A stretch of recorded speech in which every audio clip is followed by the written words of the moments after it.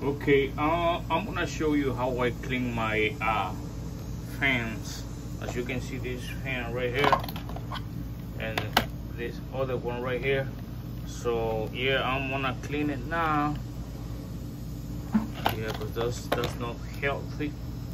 So what I use is like, as you can see right here, it's my 3-gallon compressor.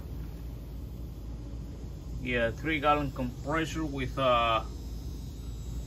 100 psi pressure, and yeah, and I'm gonna go ahead and clean it now.